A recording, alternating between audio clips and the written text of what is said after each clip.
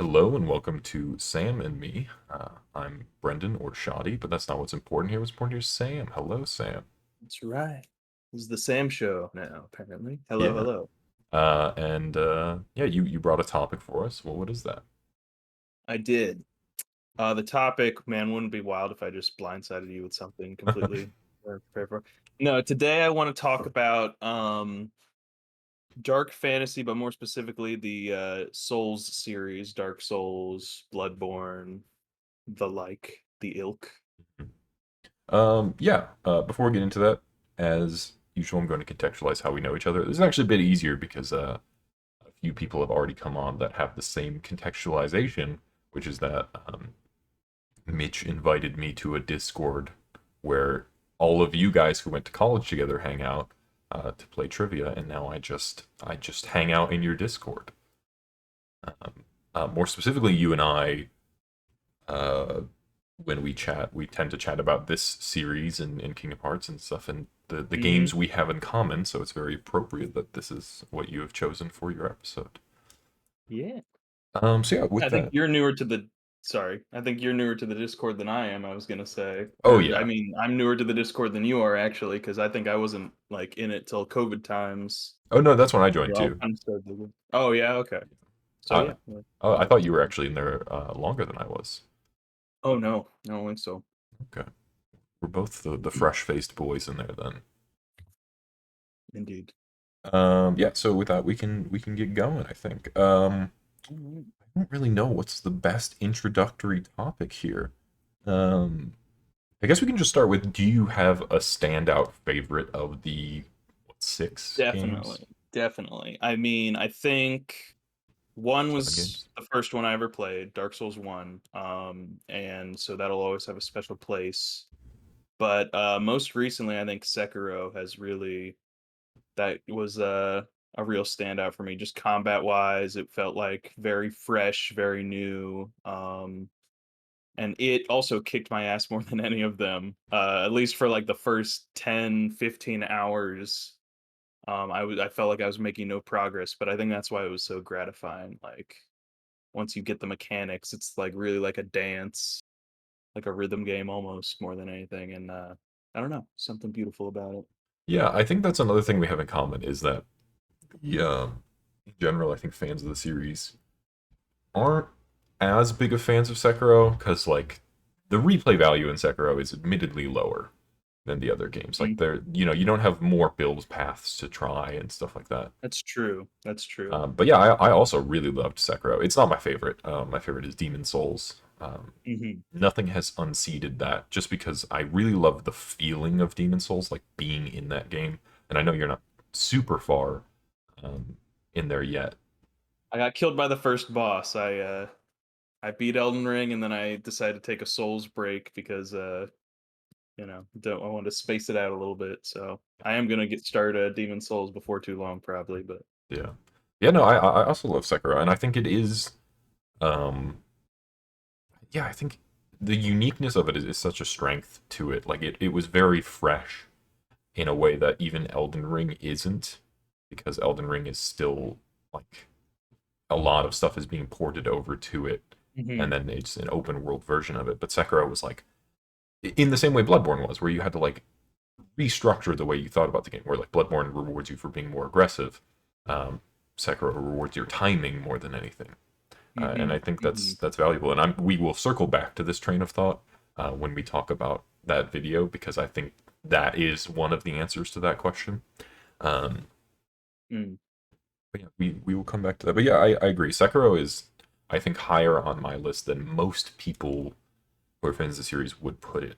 Yeah, I get why people it's not everyone's favorite because it is a big departure from the typical series. But like you were saying, like the I really like the stamina mechanic, which is a little present in Elden Ring, and I think they tried to make it feel a little more organic rather than just like a bar, like they hid the hidden stamina or poise meter or whatever. But I really like that aspect of it of like you can be defending yourself well enough, but you're also, damaging the boss's poise. So there's a way to perfectly there's always like a reason, like some action you could be taking to be chipping away at the and like even sometimes I feel like in the Souls game it feels kind of like a big patience thing, like you were saying, like Bloodborne's more aggressive, Dark Souls is kind of more like a marathon or like an endurance slog, of like wait for your moment to attack and then you attack. And I felt like Sekiro like found a good way to balance that of like even when you're defending, it feels like you're making progress. Yeah. Also, Sekiro has a lot of like really excellent, almost cinematic moments that Oh happen my in the god. game. Like, I don't want to spoil anything, but yeah, early on, I I'll think just say we'll like have to say there will be spoilers in I this won't say anything. podcast. I think we shouldn't have to like not talk about I it. was just gonna, yeah, say an anecdote of the snake. I'm sure like everyone Yeah. had like a experience with that, but mine was so it's so I don't know how to like I don't know if I'll ever feel that in a video game again like that like just like panic and visceral fear, but like the like organic nature of it. It felt like a cutscene, even though like I was fully in control the whole time of me panicking. The snake is writhing and then attacking right beneath me. I grapple right out of the way Yeah, the at the snake was exact right absolutely time. what I had in It's mind when I said that. Yeah, the all the snake set moment is so pieces good. in yeah, I was gonna say that's a big one in that game. But all the Souls games I think have moments like that, but I thought the snake was a really good one. Like the dragon on the bridge, like just big cinematic, almost set pieces more than like actual enemies. I think that's like a good that was one of the things I was gonna mention as a standout to me in those games. Yeah. Yeah. I'd say another thing in this vein for Sekiro is the guardian ape fight. Um, Mm. when you Oh think my you've god, yeah. won, and then the fight changes, Oh is yeah. excellent. Multiple bosses just having, unexpected like little things that'll fuck with you. That really I don't know. I don't know if it's like a combination of just good like AI design and like they know how the player's going to react and think, and then they program, especially with some like the ninja bosses who like know your tricks and start throwing them back at you, stuff like that.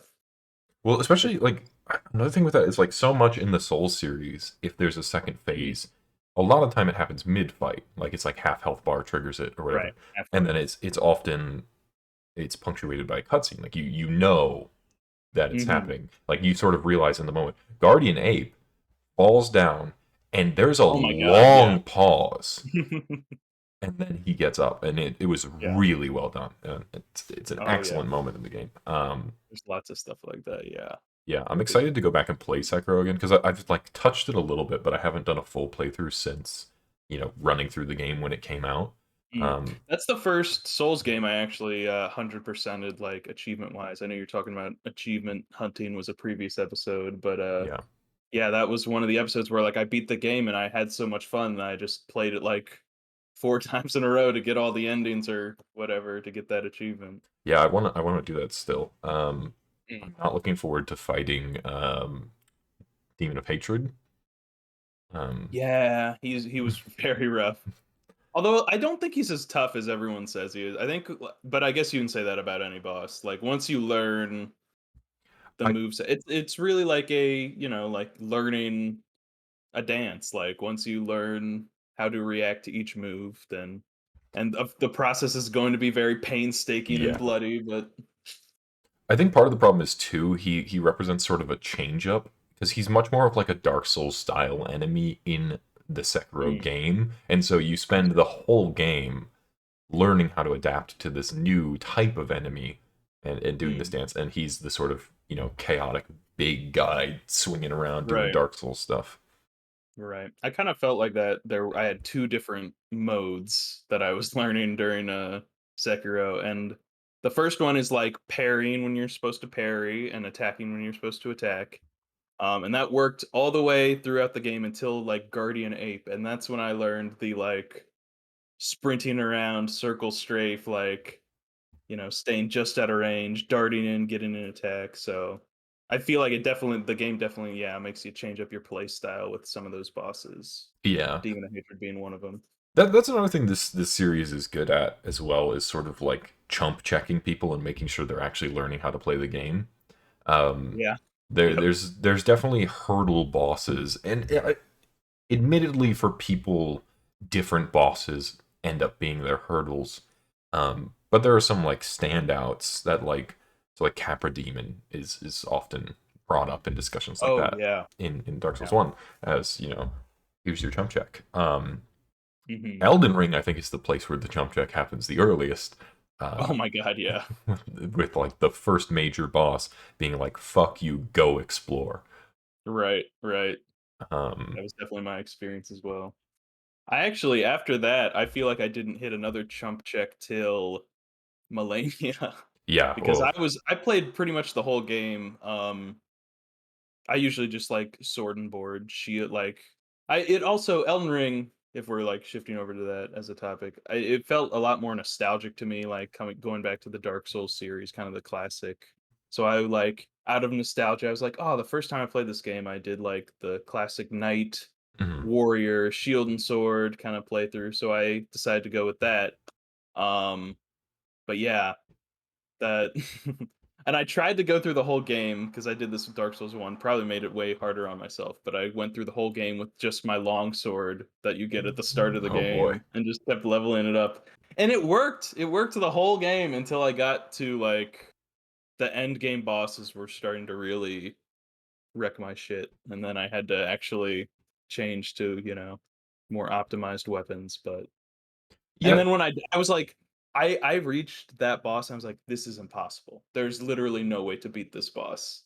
Millennia. Um, Melania, yeah. Yeah. Which, she I mean, I feel like I have said that multiple times in the Dark Souls series where, like, "This is impossible. There's, like, literally no way." But never have I felt like that in my heart, like, "Oh, there's no hope for me." Like the life steal, the like waterfowl dance. I don't know how I'm gonna do this. And then I switched to like another weapon, and then I beat her on my like second try. And let's go. I was just handicapping myself.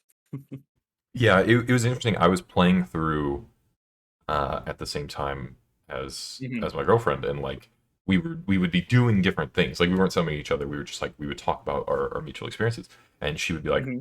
"I am fighting this boss that's really really hard," and I'm like, "I don't."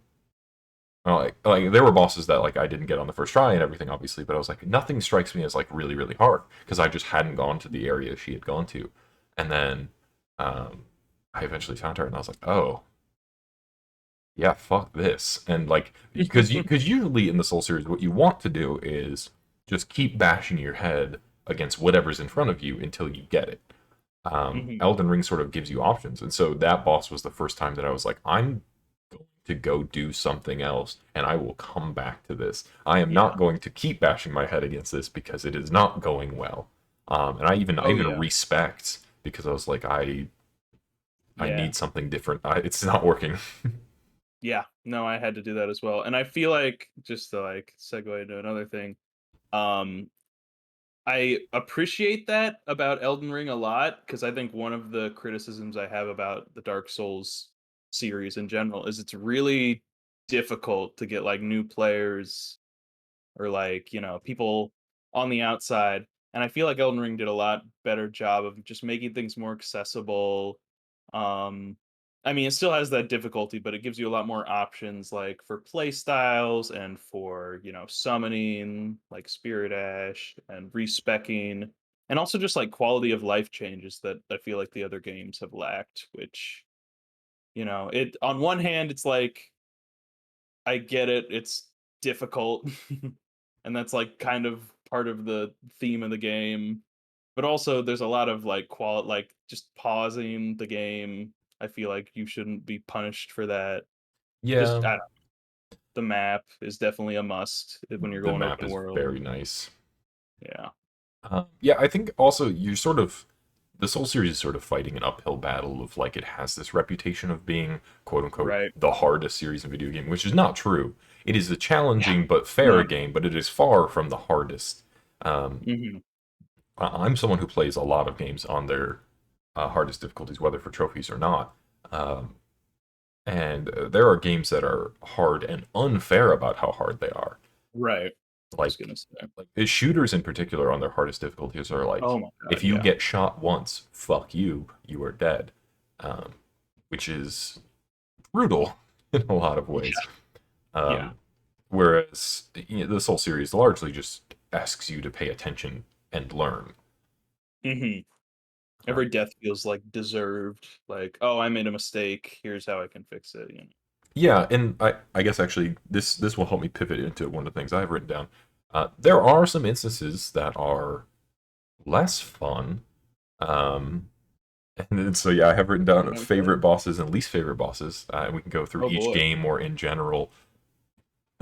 We'll skip Demon Souls since you haven't played it, but like Dark Souls, there's a standout least favorite boss for most people, I think, which is the Bed of Chaos. Yes. Oh my god. That's what I was thinking of when you said that. Because Ah, it's not even a fight. It's like a it's a puzzle, which is fine, yeah, but it's like a with platforming arena, like, and you're just being swept aside, and like, there's nothing to boss learn there run. other than timing, and like, Oh yeah. it's not fun. It's not. And also the run back there is like a 5-minute jog to get back to the boss fight. That every it regardless of how much I've played Dark Souls, like that is always like takes me 50 million tries to beat Bed of Chaos because I'm just awful.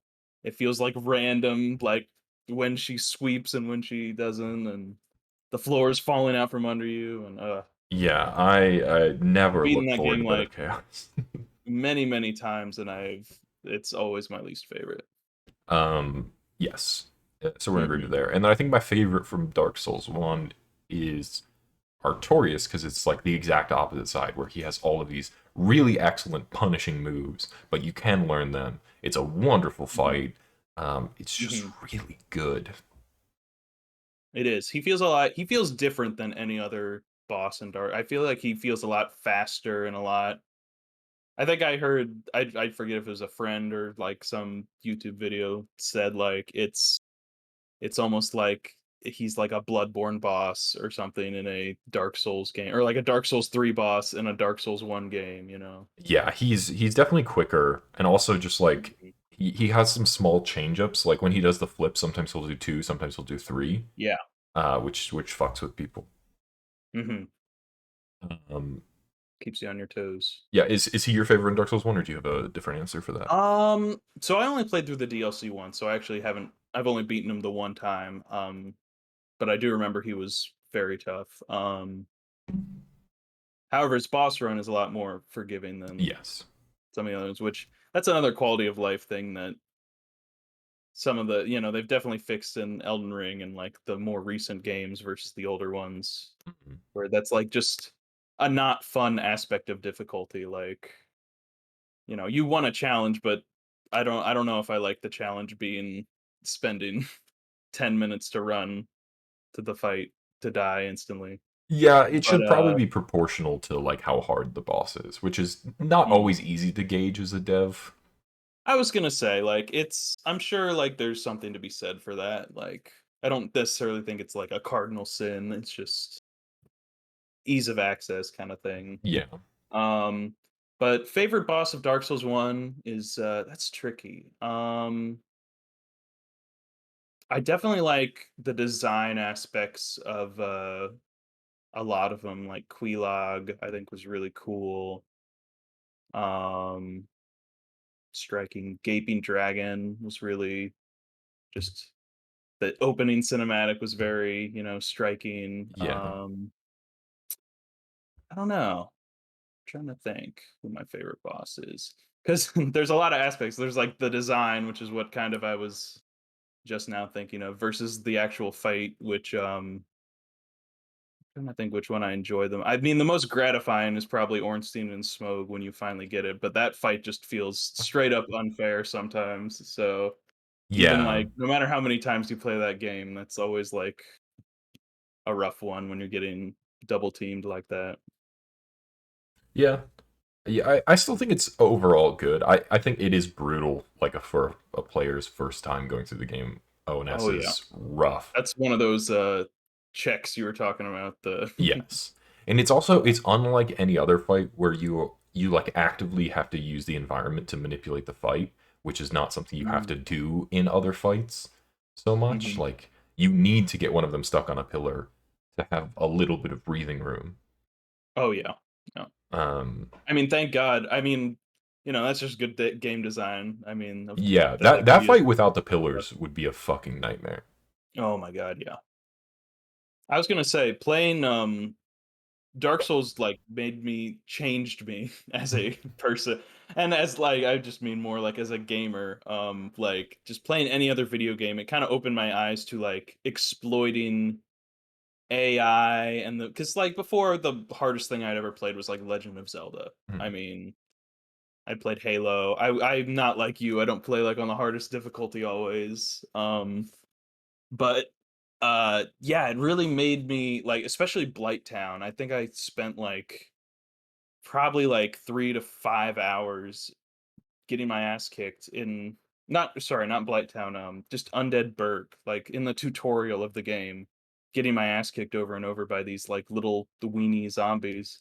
And I think it really taught me a lot about just gauging like how the AI moves, like how I can exploit things, like getting them stuck on walls and stuff like that. And it really changed how I have viewed games to the point that like I think after I beat Dark Souls 1, I went back and played like Legend of Zelda Twilight Princess and like I like replayed the final boss just for fun. And I don't think I got hit once because I was like, oh my gosh, Link has so many iframes every time he backflips, like Yeah. and it was a little sad of like, "Oh man, this is so easy." Yeah, it does sort of hone you reacting to Mhm. bosses doing things. Mm. Because yeah, in most games it's the same sort of formula of the bosses are telegraphing what they're doing. You don't no game designer wants their boss to feel like bullshit of an attack Right. coming out of nowhere and hitting the player. So yeah, definitely because of the added danger of the bosses, like you can die more readily in Dark Souls. Um, yeah, as a result, it does train you to be better at avoiding those things, and then it Mhm. translating to games where it's harder to die. You're Yeah. you're sitting pretty for the most part. Oh, yeah. That, Um, I also wanted to briefly mention because you said that it's almost that's another pet peeve I was gonna bring up about Elden Ring, is now that, like, players are getting good at dodging those telegraphed attacks, now a pet peeve of mine is how long the delay is before like they'll like try to be like, oh, I'll play this game of chicken with you. The boss is yeah, loading his attack for 5 seconds, Elden and you Ring keep has a rolling towards. lot of attack delay baits. Uh, Oh yeah, I hate that. and yeah, it probably is specifically designed to fuck with players who Yeah, know how to it play their game. definitely. Oh yeah, for sure. Because yeah, I'm sorry. but it is sort of that's sort of a lesson on top of that, I guess. It's like yes, you're paying Mhm. attention, but you're not doing it right because you're Yeah, reacting to him picking up his you're weapon. right. It's Mm. true. Um, He outsmarted me, and by him I mean the devs. Like outsmarted me. yeah, it'll be interesting. I think like I'm taking a break from Elden Ring because I played nonstop when it came out, and I Mm. got the platinum like basically right away. And I'm like, okay, I'm Mhm. gonna let this breathe a second, and then I'll probably do like Drunk Souls or something and come back to it. I'm interested to see if it still feels because when I was playing through it, I was like, this might be now the hardest Souls game because there is some shit that just like is brutal. I mean, the first Margit fight, which I imagine I'll be better at when I go back to it, but obviously, we talked about there being a chump check. But there were a couple Mhm. like side bosses, like Estelle was pretty hard. The Star Scourge Beasts, I think is what they're called. The, like, The big- bull thing? yeah, Hmm. they're like they have like really high defense and they do a lot of damage. So it's like, I only that's here's another thing. I feel like I also platinumed Elden Ring. I feel like I tried to explore everything, do everything. I missed so many quests, and maybe that's I know it was like bugged at like in the first couple yeah, a few weeks. things weren't finished. So I probably that didn't help, but I missed so many things. Well, yeah, you So many don't quests. So I need to probably do will also have to everything. go back. Yeah, you don't need to do everything for the plat. Oh no. Not Because even I close. mean, for the platinum trophy, you could speed through the game in about like 5 hours if you want. Like, I mean, I'm sure like the world record speed runs like 7 minutes, but That's a different story. that's that's a different story. We won't go into that. But yeah, there's so much content and so many things I missed. Like I missed patches, which was heartbreaking. I missed, all this stuff. I was gonna say I only saw one of those star scourge beasts, and it said full grown star scourge beast, and I kept waiting to find like a baby or I something. Like, is this a common thing? But I never found any. So think I ran into two of them. I don't know how many are in the game. mm, But yeah, because in the other games, to do everything, you have to get, all the spells, all the miracles, all the pyromancies, some cases all the rings, some cases all the special weapons. And in this mhm. one, it was like, get all of the legendary versions Big of these ones, things, which is right? like 10 in the list Right. in each case.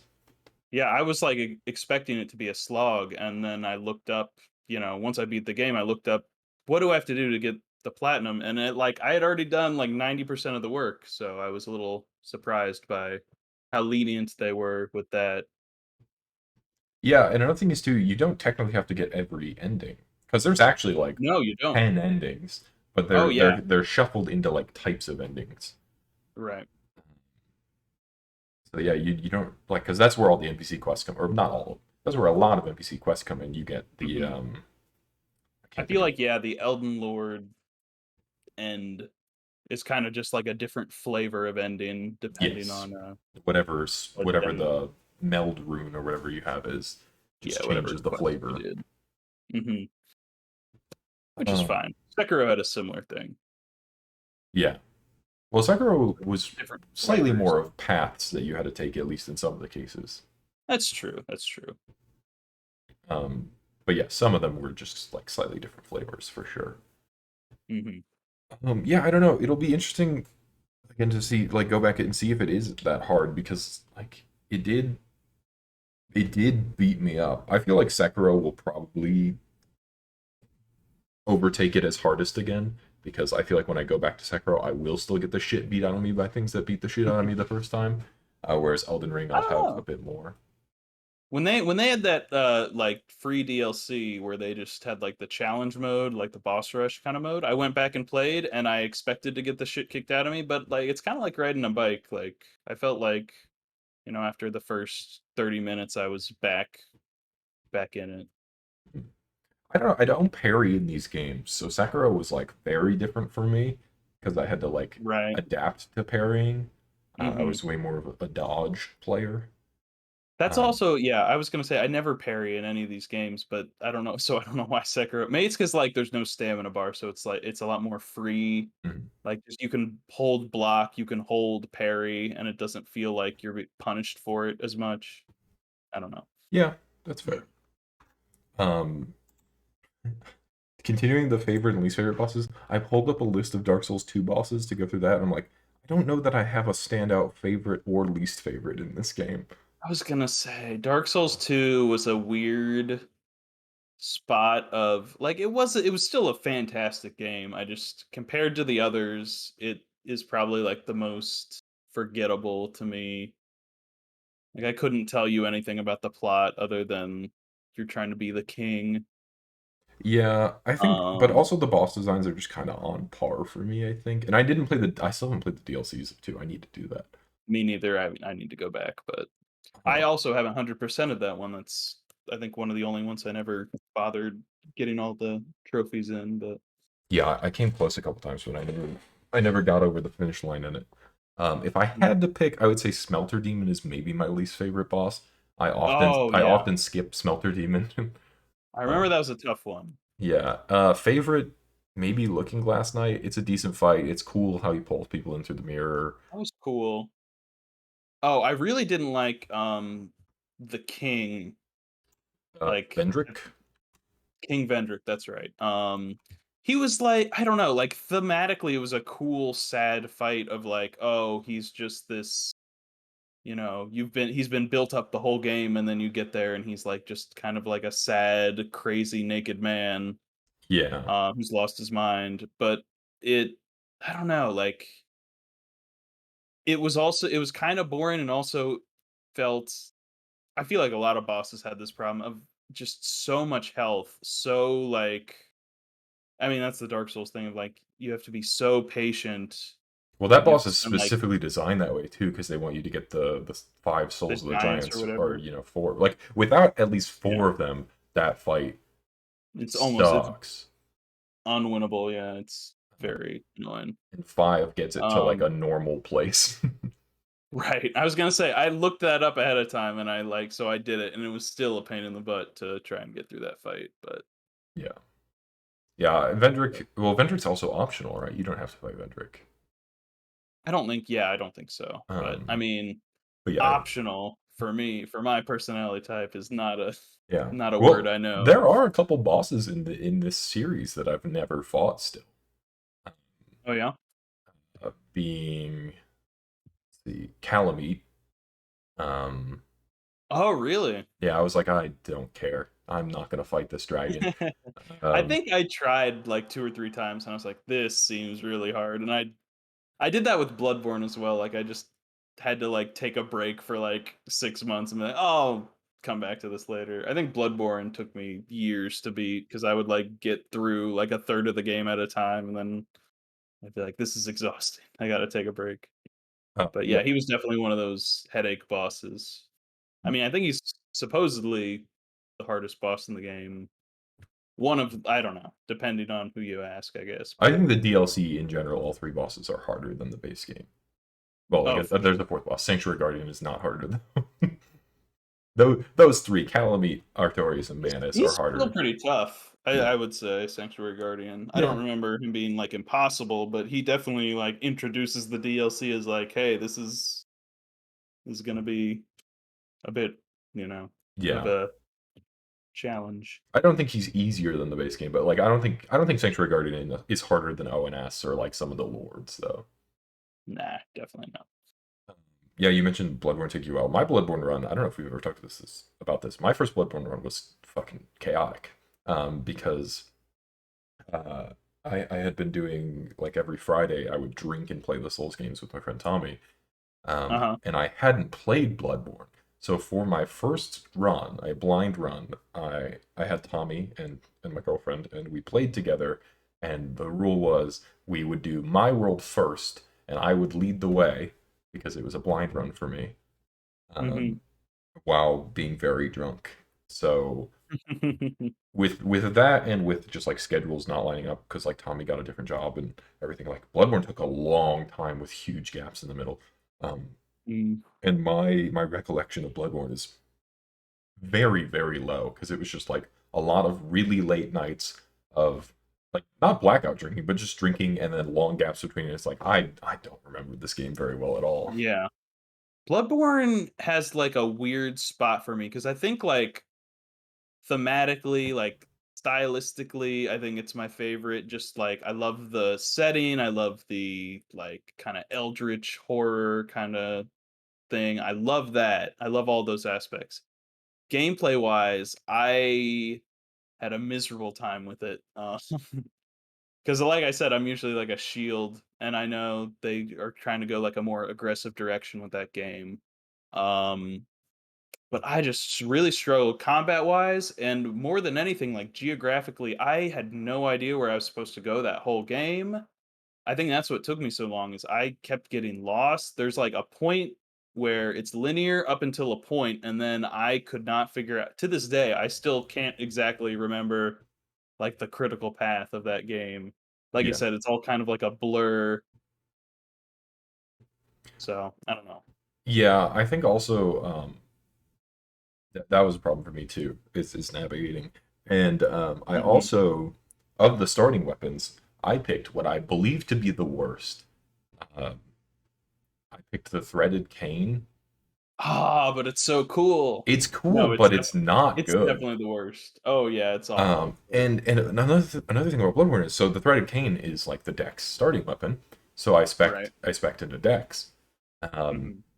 And then there's like no fucking dex weapons in Bloodborne until Yeah. the end of the game or the DLC. Yeah. So like I Mhm. was using this weapon that my character was built for that I fucking hated. Mhm. Again, very cool, just terrible against bosses. Like just not a lot of damage. Yeah. I hated it, and I couldn't switch weapons.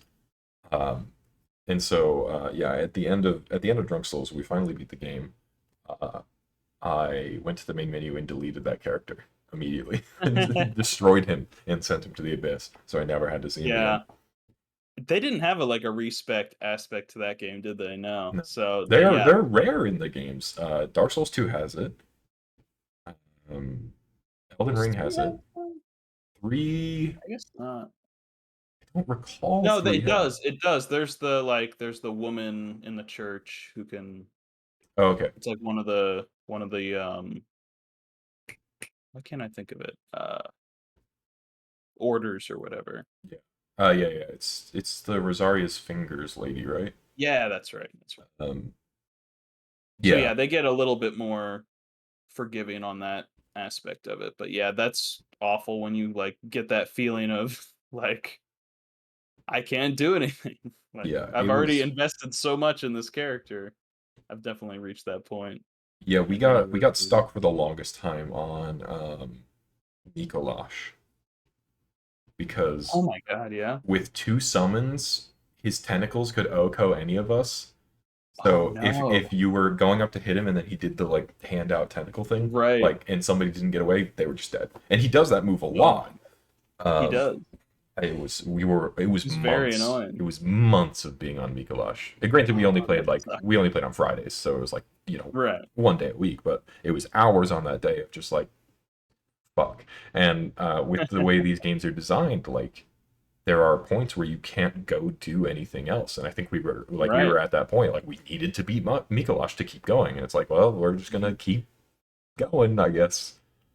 And did Yeah, eventually that beat sucks. him and finally made it through the game. But yeah, we were Oh, on him dude. for a long time. Mm.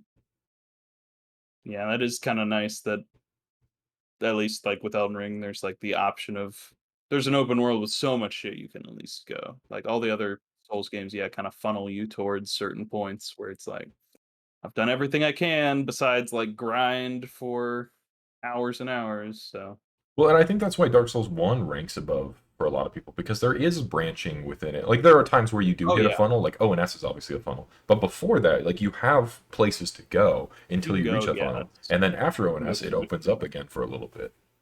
Mhm. Um, I do like that's one of the things I still like about Dark Souls 1 is you can go pretty much anywhere in the game you want right from the get-go. I mean, if you especially if you get the master key, like, you can just pretty much anything other than, like, the end game areas you can access right away, yeah. which is kinda nice. I like you were saying with, Bloodborne, I think one of the biggest criticisms is, like, you're kinda locked out of a lot of the weapon sets, uh, especially if you don't wanna be like a murder hobo and kill NPCs and stuff. So that kind of is unfortunate that, like, you can't really build a character that you want if you wanna use a specific weapon for that playthrough.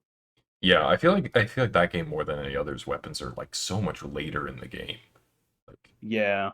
And I get it because like, they're all you can tell, like, a lot of care and, like, thought and design went into each weapon, so I get why there's, like, less of them and they're more spread out, but I don't know. yeah. It still is difficult that, you can't immediately get what you want from the get-go. Yeah. Um I guess that's the next game in the list, isn't it? Bloodborne. Favorite, least favorite bosses. What do you got? Ooh, Mikolash, I know you say you just hate him. I think he's really fun just to have He's a good a boss boss. It who's was just kinda just like frustrating. a piece of shit who just runs away and is kinda goofy. Favorite boss, I really liked I think more than any of the games, I think he had one of the coolest final bosses. Um, Design-wise, I'm first of all going off design, 'cause I just love the moon presence so much, like, it's so mysterious and interesting.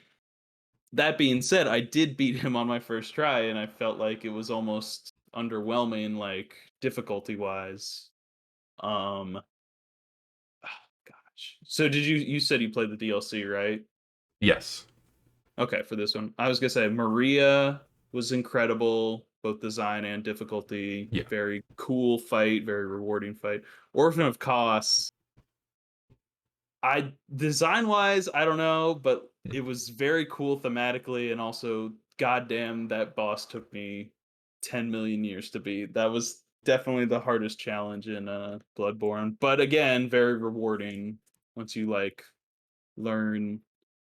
I think he's also very unpredictable, which is why he was so difficult. His little yo-yo, little flesh yo-yo, kind of made it difficult to read his moves and his range. And Yeah. I think much yeah, how like about yourself? Dark Souls 1, the DLC stuff is probably my favorite in Bloodborne. Oh yeah. There's a lot of really good bosses in Bloodborne. Um, I think my Hmm. least favorite, not even that it's like a terrible boss. I guess I have two answers to this.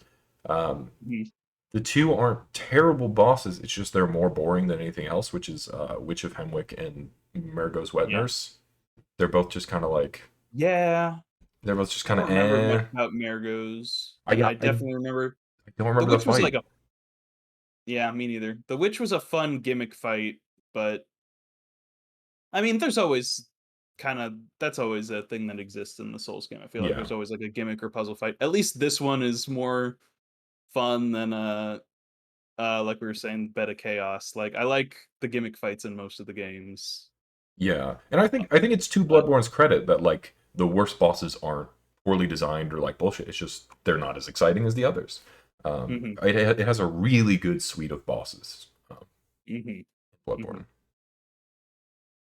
they're all bullshit and I all hate them, but There's but they're very cool.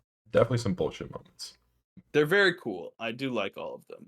Every single enemy and boss in that game definitely like just gave me like the like awe of their, it scratches that itch in my like spider brain of like the eldritch horror, the spooky Yeah, aspect. it's But a lovely setting. man, I suck at Bloodborne. Me too. Oh boy. um, Dark Souls 3 favorite and least favorite. Ooh. Dark Souls 3 is it might have been my favorite if Sekiro and Elden Ring hadn't kind of swept in. Yeah, 'Cause Dark Souls 3 was up there for me, it's a very good game. just because it felt like it was kind of this a good mix between, like, the speed of Bloodborne and, like, that classic, I don't know, grounded feeling of Dark Souls 1 of, a little bit more solid, a little bit more, slow paced, I don't know. Yeah, But you had more options, like, weapon-wise and build-wise.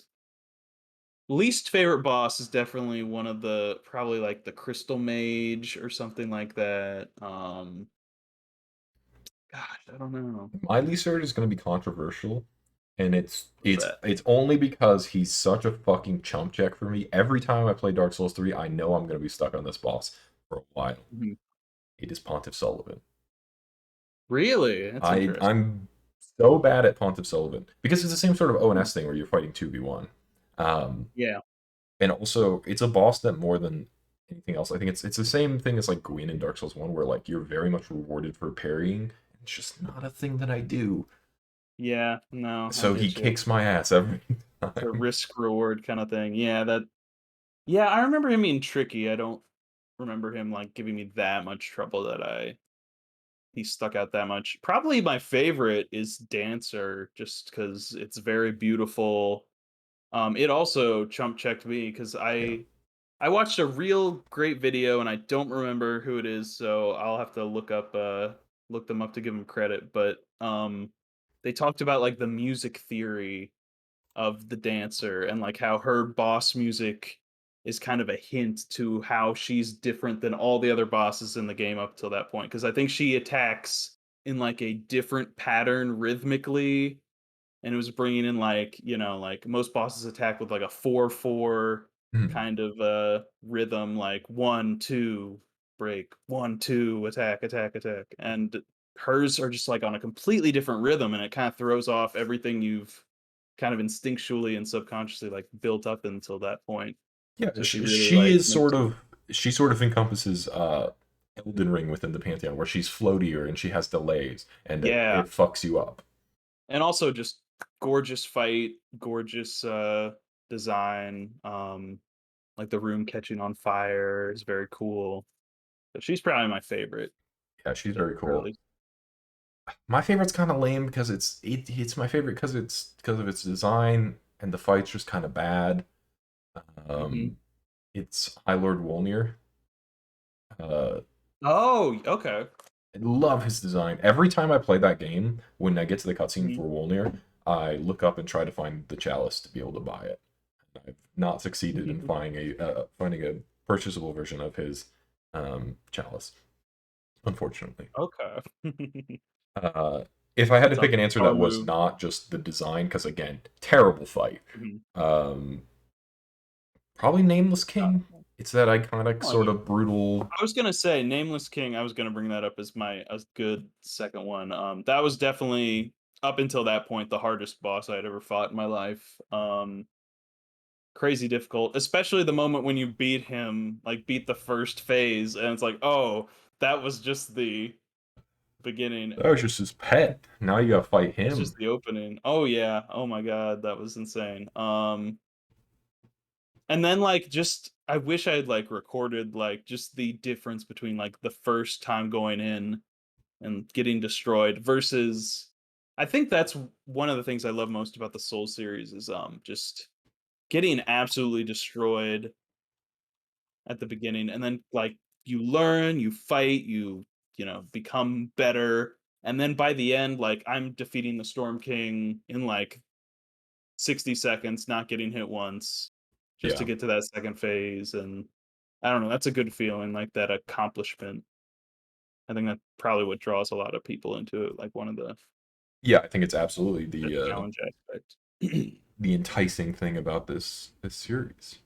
Mhm, mhm. Um, Now we get to the exciting one. Oh boy. Sekiro. Favorite and Yeah. least favorite bosses. Oh, this is so tough Yeah. because I love all the bosses in this game. Least favorite, Headless, for sure. Any enemy with the fear condition, I know everyone complains about this, but it's bullshit, I hate it. I hate Headless, Yeah. um, most of all because he just slows you down. He kind of just ruins the flow of, like, every other enemy in the game. I think I played that game, like, 4 times. I think I only beat Headless. I beat all the Headless, obviously, to, like, get their drops and stuff, like, Yeah. for achievements or whatever, but I'd never fought one if I didn't have to. I always avoided them. My favorite is it's a toss-up. I loved Guardian Ape. I loved Demon of Hatred. I loved, um Ishin, Sword Saint, just the final boss. That's also I think it might have the best final boss of any Souls game. Just a gorgeous fight, cinematic. Um, yeah, wow. I don't want to like go into spoiler territory, but like it just is the culmination of all, you know, your skills. Yeah, because And I he's think throwing everything at you.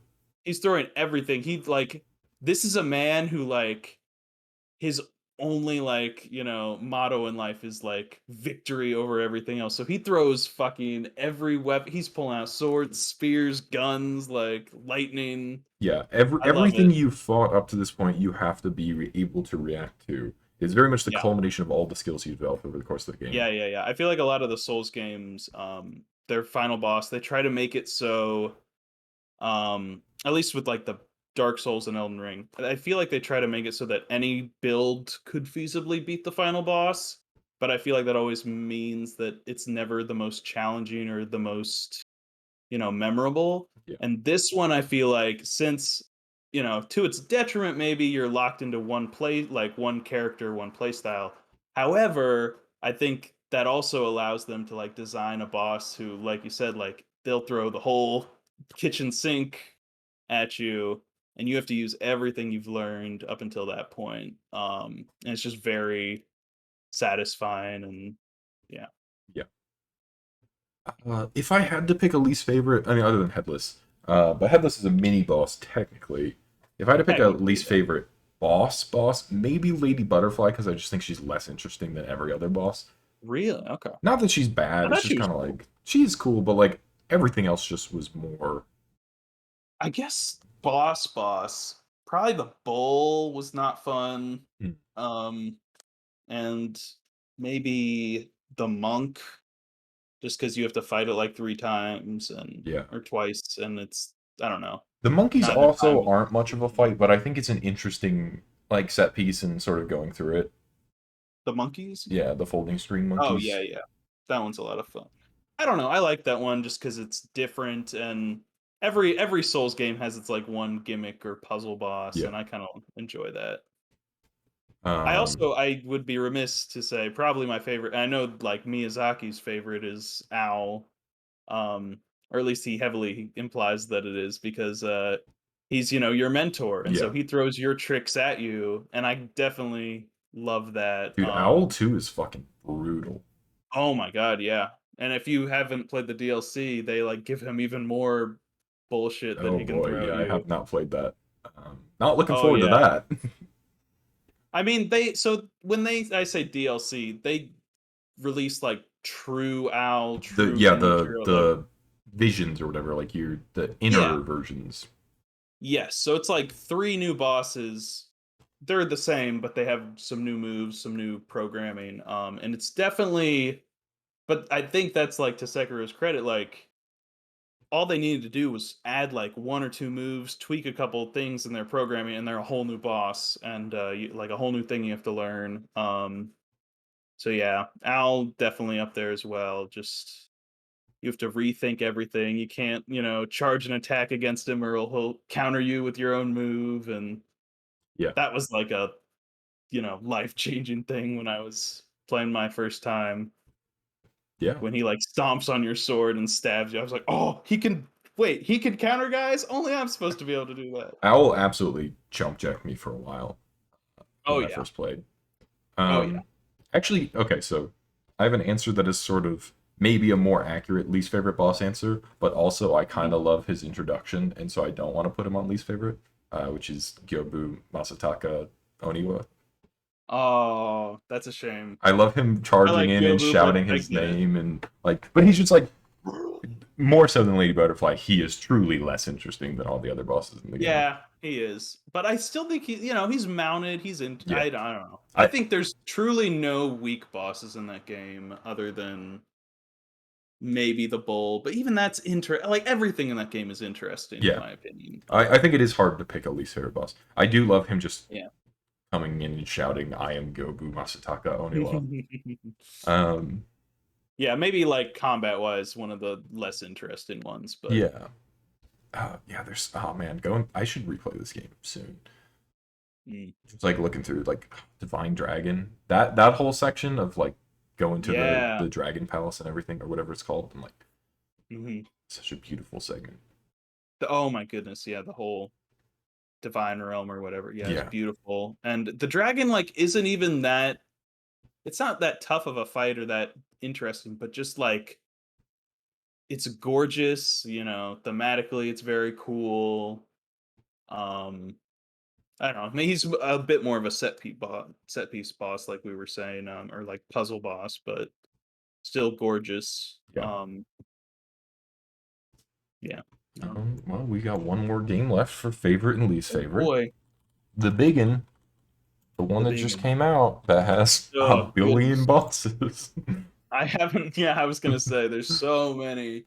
I have I no idea mean, where to in terms of favorite, right away, I mean, Millennia is excellent, brutally hard, but like really, Mhm. really good.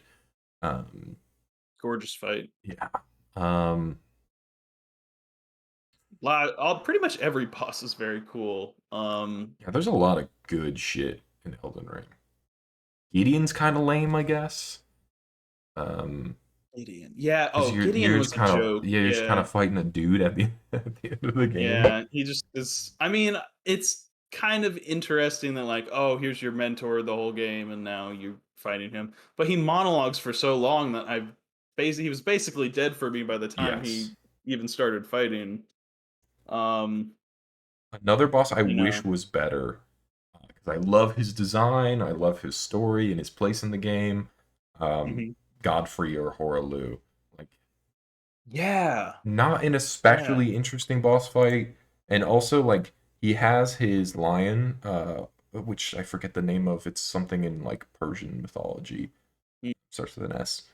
But he doesn't use it. The lion has no bearing. And then like I thought he was gonna graft the lion, like he starts ripping it apart, and he just like showers in its blood, and he's like, okay, now I fight you as Horalu warrior. And I thought he was gonna Mhm. graft the lion, have lion attacks like God whatever the other one Godric does with the dragon. Yeah. He doesn't. He just Dragon. kills his lion for no good reason. I mean, I think there's like a lore thing about how like the lion was like keeping his battle lust in check or battle rage or something. And I feel like I missed a lot of the lore of that game. So I only knew I missed what's her name? Neferi Lu, his daughter. I missed her quest line. Or like I only made it like halfway through it before I accidentally locked it out. And so I feel like I probably missed a little bit about his backstory, but that was a cool moment, like revealing that he's Horalu.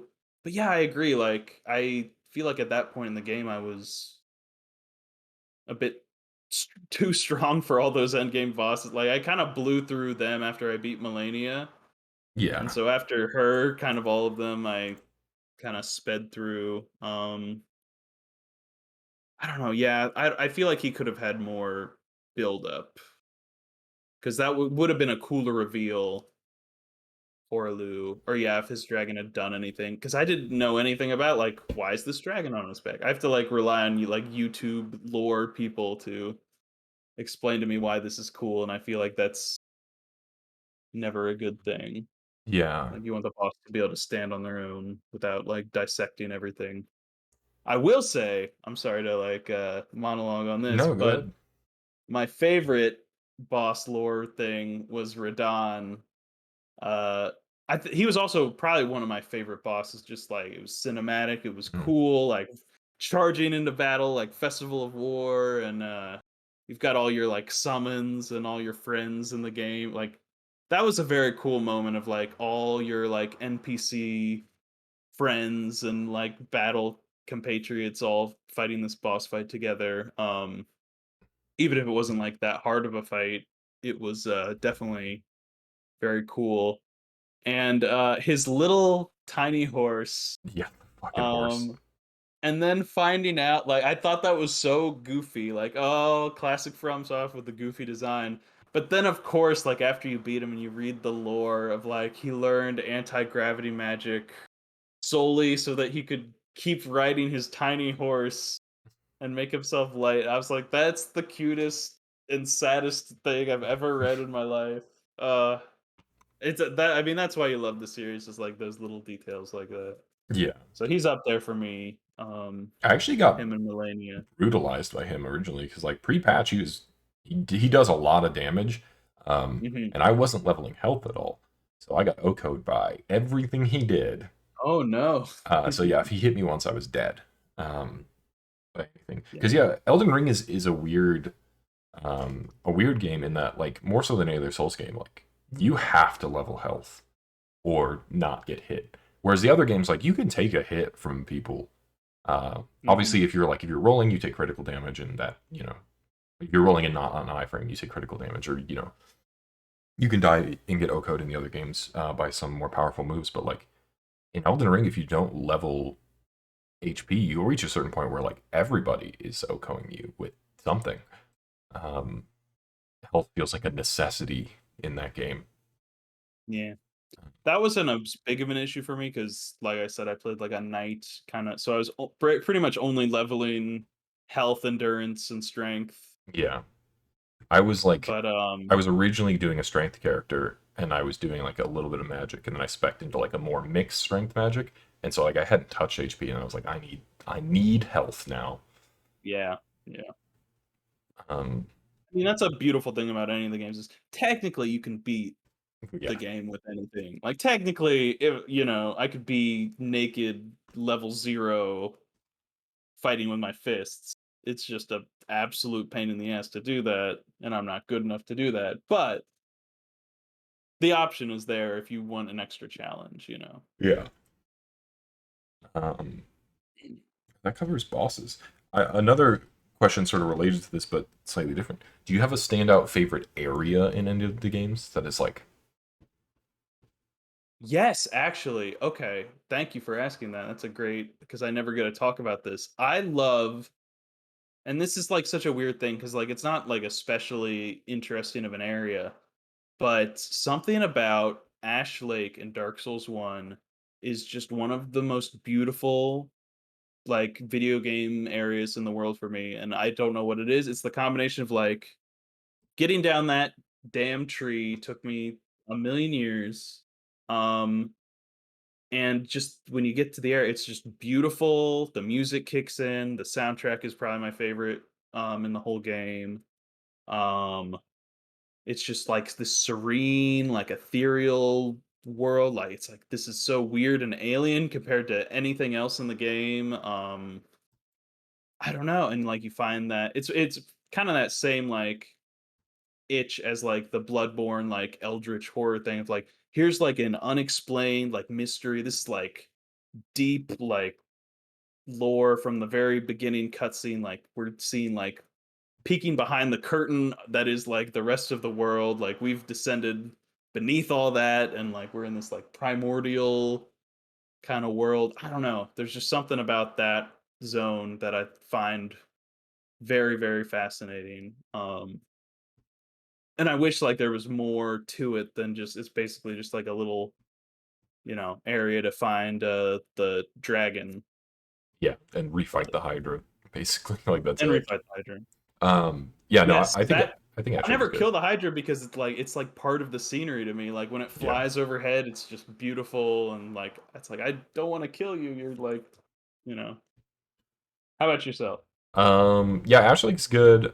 We mentioned the Divine Realm in Sekiro is also really excellent. Oh yeah, that's definitely gorgeous. And then Demon Souls World 3, I really Mm. like. I know people hate World 3. I think it's Uh-oh. really it's like it's got this like oppressive atmosphere. It's such a like just nightmare of a place, and it's I think it's great. Um, Mm. you may very well hate it when you get to it. I probably will. We'll Most see how people it. do. Yeah, those are probably my standout favorites. Mm. I probably have I the was gonna. fondest memories of being just like struck by the divine realm in Sekiro, though. Just like Yeah, that's another one where like the music, the aesthetic, just gorgeous. yeah, Um, least favorite, to my detriment, is any poison swamp, which these games are well known for. yeah. So, Uh, uh, World 3 because does have a poison Miyazaki swamp, but loved. it's more manageable. Oh God, okay, You we'll see don't how like that goes. need to hang out in the swamp, which makes it Okay, better. that is good. I also just to briefly touch on, I love Bloodborne and Dark Souls 3 have really good like world phase changes. Yeah, Elden Rings was cool. I didn't think it was as cool as like the eclipse bleeding sun in Dark Souls 3 or like the blood moon and Bloodborne. yeah, I felt like those really, you know, I mean they both changed the world and like also the just like atmosphere a lot more than just the burning tree, but yeah, yeah. Like the sight of the burning trees is pretty striking, but like other than that, it's there's not a lot going on. yeah. Um, I guess we can talk about the video now. We've talked about Elden Oh, Ring. just talk about like the future of the series. I Yeah, just my friend sent me that and I thought just thought that'd be an interesting topic like to kind of end on of just like where do we anticipate or where do we hope that the future of the series would go? Cuz basically the video we're referencing is DJ Peach Cobbler Elden Ring feels like the end.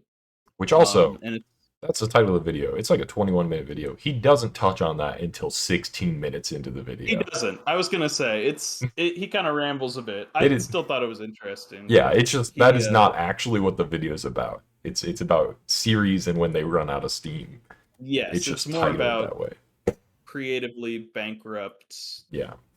video game series and like Uh, and I mean, his fear in that video, like I guess the thesis of the video was like, is the Soul series becoming creatively bankrupt? Because I would say that that is one of my few criticisms of the games is they all kind of feel like thematically similar of like despair, like futility. Here's this beautiful world, but it's decaying and declining. Um, and I feel like you can only get away with that so many times before you have to find new grounds and new stories to tell. Mm. That being said, I'm not like quite as pessimistic as he is about the series because I think they've yet to let me down. Um, Yeah, and I think there's room to go in. So I think a lot of people see Elden Ring as this sort of culmination of like, oh, they made it bigger. They made it as big as you can reasonably make it. And so how will mhm, they do another one? They can't just do Elden Ring again. Well, for starters, they can just kind of do Elden Ring again. If you do another big open world thing, but the setting is different, it would be fine as long as it's a good game. I mean, mhm. that's literally what like the Souls games are. They're the thing again, just with a Yeah. slightly different setting, or like I was gonna say Bloodborne. that's another, like you could call it a criticism or you could call it, like, just frugal game design is, like, they tend to reuse assets a lot, like move sets or models for bosses, but I do worry about that, like, if they do try to do another big thing like Elden Ring, that's a lot of content, and either you're gonna spend, like, a really long time in development or you gotta reuse a lot of stuff, So I um don't want them to do Elden Ring again. That's not the scenario I want them to go down because Elden Ring already reuses a lot of stuff internally. There's a lot of Oh, yeah. repeat bosses and stuff in Elden Ring. Oh, yeah. Um, I think That one it could have done with condensing. Yeah. The Vanguard, demon or whatever, a bit the Asylum demon, I should say, because Mhm. I haven't played Demon Souls. I assume they're kinda similar. Um, I feel like that's kind of a staple almost. It's becoming a staple, and I don't know if that's a good thing because it's I guess for new players, that's, like, interesting new, but for veterans of the series, it's almost like we've seen this a million times. This is no longer a, unique Well, thing. I think it was already bad in Dark Souls 1. Mostly Demon Fire Sage is bad, but that's like all of Azalith is bad. Like the Yeah. Azalith didn't get finished, and so it's all bad. No, it didn't. Um, but yeah, I don't. I think repeating all that stuff is not good for the game, and also like replaying Elden Ring, going for the plat. Like, obviously the first playthrough, it feels great because you're every corner, you're like you find a cave, you go Right. through it and stuff, and then when you are just like, okay, I need to do this run so I get this ending. There's Mhm. so much just running between places. If Yeah. you're not exploring, there's nothing, and you're just Mhm. doing a run, which is Yeah. bad because these are games that do thrive on being replayed. Um, Mhm. and I think things are just a little too spaced out. I think Elden Ring is great. I think it could have been smaller and it would have been fine. Less reuse stuff, make things a little bit Yeah. closer together.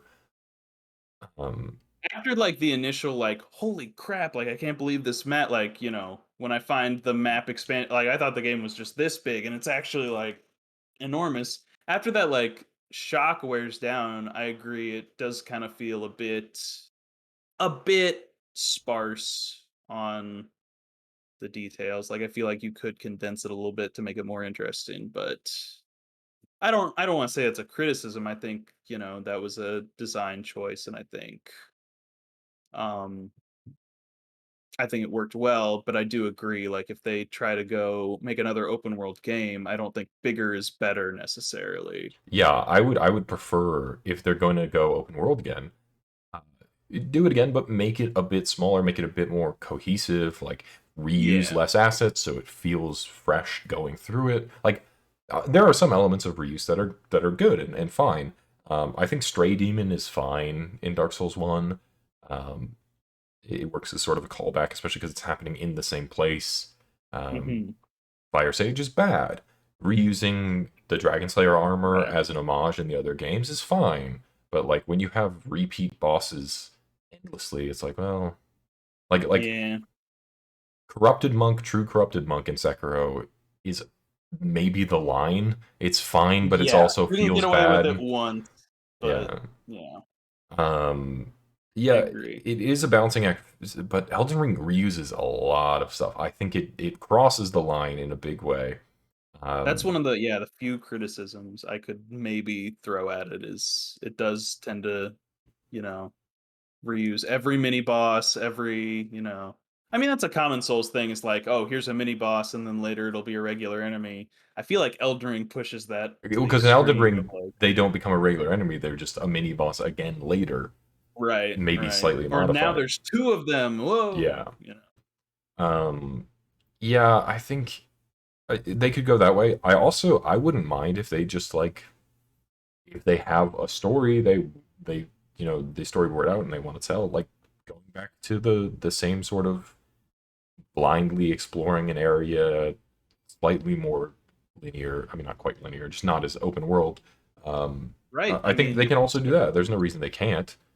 I don't think Sekiro is they'll. pretty linear, and Yeah, it's my favorite. And like, yeah, I didn't feel like I was being railroaded. I mean, it is pretty limited when it comes to like comparing it to like Elden Ring, but if your story is engaging, if the combat is interesting, like I feel like you can get away with having like a smaller, more focused experience, like that. yeah. I don't think they'll retap the well of Dark Souls. Like, I don't think there'll be a Dark Souls 4. And I don't know that I'd want a Dark Souls 4 at this point. Yeah, I think that's maybe run its course. I was going to ask actually one of the notes I said like how do you feel about sequels like Sekiro 2, Bloodborne 2? Cuz I feel like those two maybe I could see having a future. At least Bloodborne I feel like there's more to explore in that type of setting or realm. Sekiro, the reason I said Sekiro 2 is cuz I really want a sequel that's kind of like a Journey to the West style thing because one of the endings kind of implies that you're going on this big journey to like a more like Western, European kind of land, and I think that would be so cool. And I really want that. So I'm biased, but Yeah, no, I would play I know Sekiro too. sequels. I think there's room to go in that. I don't think the sequels on a whole would be bad. Bloodborne's case, I would maybe prefer a spiritual successor rather than an actual Bloodborne 2. Like maybe hmm another Gothic game, but not set in the Bloodborne universe, or set in a hmm different part of the Bloodborne universe, not in Yharnam. Because like Yeah, no, I agree. you I feel like fight a Yarnum is moon from entity. I mean, you where do you go from there? Like right. That's true. you're like fighting old gods in that, and like That's true, you that's can't build true. I on mean, that. you'd have to do something, shift the focus a little bit, but Yeah, so I would prefer spiritual successor. I mean, that isn't to say I wouldn't buy and play a Bloodborne 2. I absolutely would. I don't think there's as much oh ground yeah. to tread as you could Well, I do. think that was another concern in his video is like now that we're getting into like they're becoming more, successful and commercially successful, there's going to be more pressure to deliver games in a quicker cycle and so that like sequelitis might become a, concern, I think is what he was worried about. Or at least that's like what I took away from that video. Yeah. So I don't know. I think there's merits to it. I mean, honestly, Dark Souls 2 kind of felt like that to me a little bit. Like it felt like kind of like a like, oh, Dark Souls 1 did really good. Let's get another game out there. And maybe it's just like the lack of, Miyazaki's influence in it as much. But I don't know. And it was still a great game. Like it's not to detract from it, but I can definitely see why people would be concerned about that. Do Yeah. you have like any specific things or like types of themes you'd like to see in a like From Software game? Anything?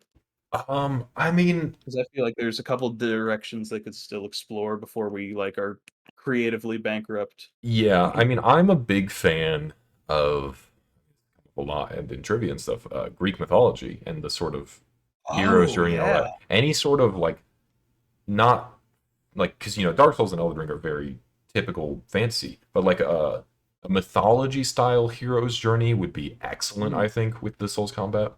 Um, and they I could would even argue. they can make up their own mythology like they do with the other I was gonna Souls say games. Elden Ring kind of felt a little bit like that to me, of like it felt almost like kind of like a Norse mythology. Like you've got this family of demigods. Yeah, but It's like own you're not paradigm. like ingrained in the mythology in Elden Ring. It That's happens in the true. background like it does in Dark Souls, whereas like You're not a part of it. you're seeing again the end of the pantheon. Like That's true. That's if this true. was like a mythology game, like and again, you said you worry about it being tired out of like this declining kingdom.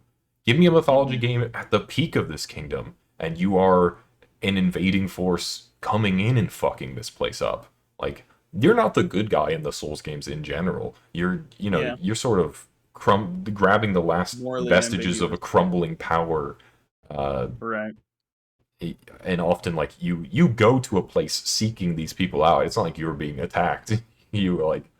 You're just going there because it's your quote unquote destiny. Um, Yeah. yeah, I don't know, something like that where you are just like, I don't know, you could be an oppressed person if they want to make you the morally good character, and just like you Sure. rise up against the pantheon I seeking kind of power. like that freedom to like role play, like of giving, like you can, in your own head You're right. canon, you can kind of make your character be however they want. But I would like that. Like maybe they could explore more like narrative stuff, so you're not just like a silent character, and Yeah, you can make choices in a world that's not necessarily falling apart. I agree. I think some themes could be changed in that way. yeah, I would love a Dark Souls at peak that is like you, Mhm, or even what would maybe be interesting is mhm. you play during the transition. Like you fight You some see the people at apocalypse peak and and you sort of fight some people in their sort of waning phase. sure, Because like that's sort and of you the see idea with the the lore of Dark Souls, right? Is like Gwyn would kick your ass if he wasn't, you know, if he wasn't weak, yeah. yeah, Yeah, I mean, that is like a very Souls-like thing of like, "Oh, this guy is so strong and so powerful, and the only reason you can beat him is because 'cause they're poisoned or they're on death's door, or they're crazy," or something like that. yeah. So I don't know, But something like that I think would be yeah, interesting. no, that'd be interesting, I agree. Yeah. I mean, I also, like, had 2 or 3 ideas of, like, I know the Surge exists. I never It's played not it, but, good, like, but it's not. I tried. Like, just, sci-fi souls, some kinda thing. I feel like that fits a lot with their themes of, very, like, there's some philosophical aspect. This is going completely off the rails, I apologize, but no, it's I fine. think one of the aspects, the differences between, like, fantasy and sci-fi is, like, fantasy, I feel like, is built more on, like, hope. Like, there's a backbone of, like, hope and, like, optimism, versus sci-fi feels like, usually, in my experience, a little bit more dark or, like, pessimistic, a little more realistic, um, philosophical, that kinda thing. I feel like dark fantasy is where, like, this 2 start to merge, so I feel like you could kind of I feel like sci-fi would be a good area where they could, explore that. You could have space combat, I don't know. And on that same vein, I know this isn't my idea, this was, like, on a TikTok, but, like, Pirate Souls, someone said, like, where you've got, like, ship combat, like, throw in, like, Assassin's Creed Black Flag ship combat, like, explore islands. You could have different levels. You could have sea monsters and sirens and all sorts of stuff. So I Yeah, feel like there's like lots of areas to explore. Like I want to give them their due. They've yet to like disappoint.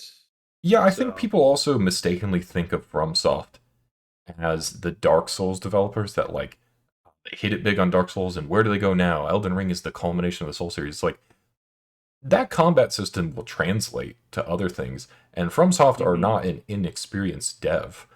They have a lot No, of games under and their belt, and they're not like the Souls games, but they've done a lot of stuff, and it's mostly pretty good. Like I've played a lot of stuff. I went back, when are we getting cookies and cream too, or whatever? yeah, I went back a few like because I played all the Souls games obviously. I went back and played some of their older Mhm. games. Like I played Echo Knight, which is this like uh um I don't think I've heard of that. almost like a point and click adventure. You're on like a boat where people have died, and you're like trying to go through and solve their woes and like avoid ghosts. I played Kuon, which is a PS2 game that's like really excellent. You play as the daughter of a shaman who's going to this feudal lord's, not village isn't the word, like his mansion basically, of all of his, like he has like a servant house and stuff, so it's not just like one house, it's like a big Hmm. Hmm. encampment area. And like shit is fucked and demons are all about, and you are like trying to survive this and figure out what the fuck is going on, and it's a really good game. um they have good games. Armored Core, obviously, people love. King's Quest, or not King's Quest, King's Field. Um, Hmm. they're not new to this. They've been making games Right. since the 90s. Like, and they've Hmm. they've found commercial success. Not granted, not to the level of Dark Souls and Elden Ring, but their games have their fan bases, and they know what they're doing with them. Um, Hmm. so I absolutely trust them to take their combat series, iterate it on it, which they've shown they can do with Bloodborne and Sekiro, both Hmm. well iterated games, Hmm. and translate it to something else. I don't think Elden Ring is the end. I think that would be insane, because Yeah. you look at the Souls like series and like in terms of like what are there any games that are even like close to the level of quality that gets put out by the FromSoft games? Neo is pretty good. Um, Yeah. I didn't enjoy it as much. I gave it a try, but yeah, I mean, there's stuff that's like Star Wars Jedi Fallen Order, I guess, is kind of like a Souls like. That's pretty kind of, good. yeah. Yeah. But like, yeah, It there's was nothing good. that is like somebody has Nothing iterated is this better. consistently, I was gonna say, nothing, no one I feel like has been as consistently good as like FromSoft in their like game quality.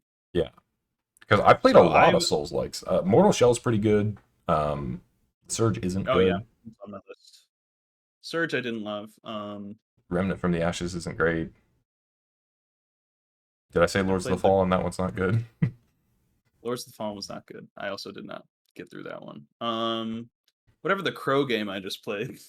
Death's Door. Oh, Death's Death Door Star. was great. It was cute. Yeah, and I think yeah, there is I there think is a that's niche of like the isometric level of like oh yeah. games like I was gonna this. say I think that's telling that when a game when you've like carved a niche enough that like now pretty much every game is a Souls like that's gotta say something to your ingenuity that Yeah, you've. the creation of a genre, like say what you want, if it's not for you, the game is there to stay at that point. Like Hmm. Doom's not Hmm. going anywhere. Uh, Right. when Doom created, the sort of arena FPS. I mean, Quake did that too. Quake and Doom together, I guess, did that. Um, Hmm.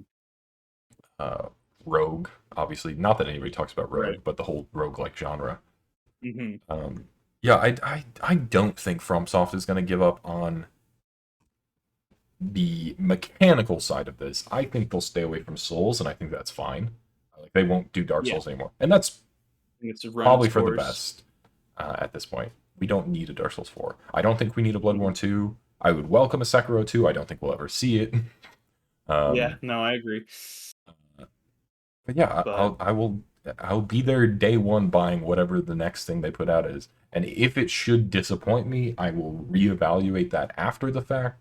Um, no, I agree. I think it's too early to say anything yet. I think that was I did like the points that video made. However, I do think that like it's a pessimistic view, and I think they haven't like disappointed us yet, well, it's like interesting with because their I level of didn't quality. disagree with him about what he was talking. I mean, he harped on the dog thing a lot, and The I dog I thing. don't think that's necessarily indicative. But like, yeah, Fallout. I was just talking to some of the other people in Discord. It's like Fallout 4 doesn't feel as good as any of the other Fallout games. It feels kind of bad to play, just in general. Mm, Far Cry has certainly run its course at this point. mhm. And I think he's right about that stuff. I don't know why he thinks Elden Ring is the end. Um, I think it's a justifiable fear, but of like the fear of success. Like I feel like once anything gets popular, there's that pressure to it's sort keep of that level. it's sort of But counter to his point though, because if this game had released as Dark Souls 4, I would see his point. But this is a game that again iterated on what it was doing in a way that was Yeah, successful, which is how you breathe life into a series. Like that's true. that's a That's good true. thing to do. It's very counter to what he was saying. So yeah, I I also actually heard don't think it's the end. this is also like a non sequitur, but I heard like that other fantasy authors are like, hey, we want throw us in the ring. Like Brandon Oh yeah, Sanderson was Sanderson. saying like a game might be made on his stuff, and I was like, this is great. Like get more ideas out there. And yeah, I'm that's the into thing too, because again, they have this core mechanic that they can iterate on. If they it. have a world that they can put it into, like I'm not saying they should Right. follow the events of a novel, but like Sanderson's a perfect example because he has this whole cosmere of multiple hmm book series. Like you can see my bookshelf. There's some Sanderson over there that Oh yeah. is they're set in the same extended universe, and some Universe. people cross Right. into each other, but they're also insulated in their own thing. And so, like, I think Mistborn is specifically the example he talked about, and it's probably the most appropriate one. Or even actually, hmm Stormlight Archives would also be Mistborn and really, Stormlight, yeah. yeah, are the only two I've E- read, but Either of them would be excellent as an iterative um, Souls game because they take the mechanics. There's a world with mhm, established rules that they have to mhm. weave in. They don't have to tell a big story. It can just be set anywhere in the timeline as long as Brandon Sanderson says cool, that works. Right. And then the is it called Alloymancy in Mistborn? It's been a while. The Allo yeah, something like that. the Allomancy, yeah, the something metal like that. magic would add something to Yeah. it. I think Stormlight would actually be more appropriate. I think the the interesting swords and powers and the Powers and shard plate and bindings and stuff would be stuff. kind of cool. Oh, yeah. I think there's room to go. Actually, when I was just reading Stormlight, this is also a non-sequitur, I'm sorry, but, It's fine. like, when they're talking about shard plate and how it molds to your body and the shard blades, I was just imagining, like, the Birth by Sleep, like, Oh, the little Keyblade dog armor. suits of armor they have and the keyblades and all that. Like I was like, I gotta check the timeline to see who was inspired by who on this. But probably coincidence. But Yeah, yeah, I'm just getting into Sanderson. I just saw that news article. I just thought that was interesting. And or like hire him out as a consultant, like yeah, they did with George R. R. Like just have him build a world for you yeah. and then you're not, Especially like taxing your especially Sanderson, who lore. fucking writes so Oh goddamn my much. god. Oh yeah. Uh, King is Man another is one like insane. him, where they just Oh yeah. are shoveling books out constantly. And Oh like yeah. Sanderson's books are pretty fucking good on the whole for how fast he gets them out. Oh yeah. I think you can definitely outsource like some of your, Yeah. world building. Like if you're like strapped for ideas, there are, a wealth of people who I'm sure would love to collaborate, like authors, Well, just it's interesting too. Like people would artists. see that as like cheap or hacky or something, but like the game devs have a storyboarding division anyway. Bringing out Right. an outside consultant to work with your storyboarding team is not that different to how storyboarding happens in a game anyway. It Mhm. just because you know this person It suddenly it's just bad. Like, uh, but why is that different than if like Miyazaki did the storyboarding? You know his name because he's attached yeah, to these games. yeah, Um, yeah, I that's don't know. true. I think that would be fine. It Um, feels a bit like I was gonna say like the plot of Elf, where they're like hiring another author to come in and write a book for them. yeah, But I'm fine with it. I think it's, good, it's creative, it's, encouraging, you know, yeah, especially because I innovation. think the biggest problem with what would be the downfall of the series is stagnating in the world building ideas. Mhm, Because like mhm. mechanically, I'm not really gonna get sick of it. I play a lot of games that are like that. Yeah. I mean, I talked to my cousin about this, and he disagrees, but he's wrong. Like, um, Kingdom Hearts is in the same subset of genre as Dark Souls Mm, is. The reactive combat, looking for right, moves, dodging. Obviously, Dark Souls is more involved than Kingdom Hearts is, but they're in the same subset, and that's a game series I've been playing since I was a child and will right. continue to play. Mhm. I play a lot of games that are in that sort of I need to be paying attention Yeah. and reacting and It's probably my adjusting. gateway into the genre was Kingdom Yeah. Hearts.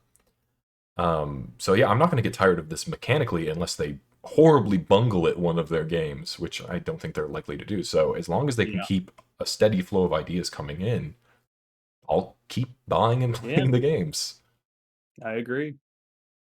I know some people like wish it would get more complex. Like I know like fans of the Devil May Cry series wish that like Dark Souls would get more involved with like chaining moves together and stuff like that. It's like I don't think you need to do that.